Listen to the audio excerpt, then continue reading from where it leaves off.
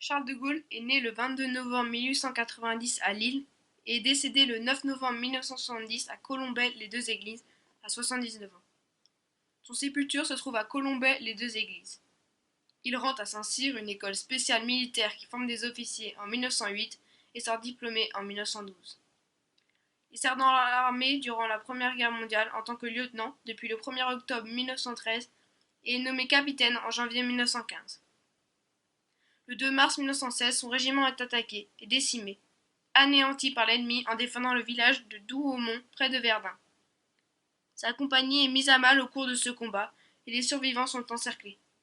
Tentant alors une percée, il est obligé par la violence du combat de se protéger dans un trou d'obus, mais des Allemands le poursuivent et le blessent d'un coup de baïonnette à la cuisse gauche.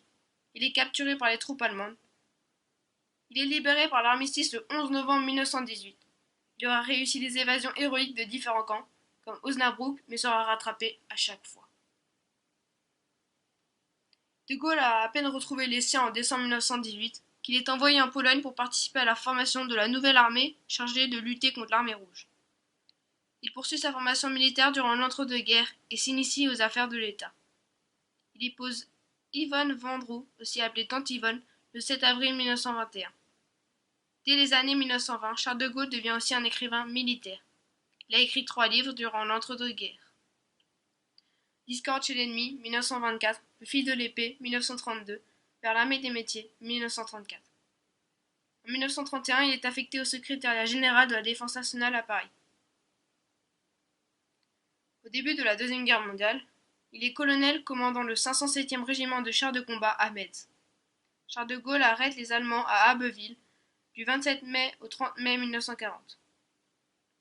Il est nommé général le 1er juin 1940 et devient quelques jours plus tard sous-secrétaire d'État à la Défense nationale et à la guerre dans le gouvernement de Paul Reynaud.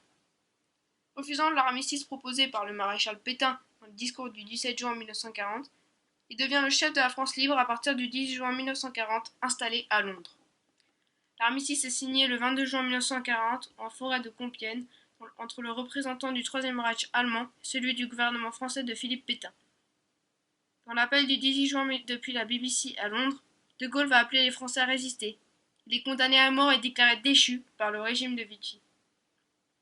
Ne contrôlant que quelques colonies de l'empire colonial français, mais reconnu par la résistance, il fusionne en 1943 la France libre au sein du Comité français de libération nationale, dont il finit par prendre la direction.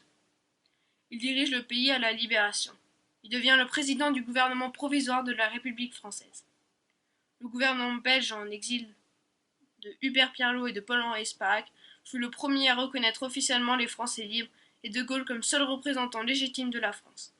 Ce n'est que le 23 octobre 1944, après la libération de Paris, que le gouvernement provisoire de la République française est reconnu par les États-Unis, l'Union soviétique et la Grande-Bretagne.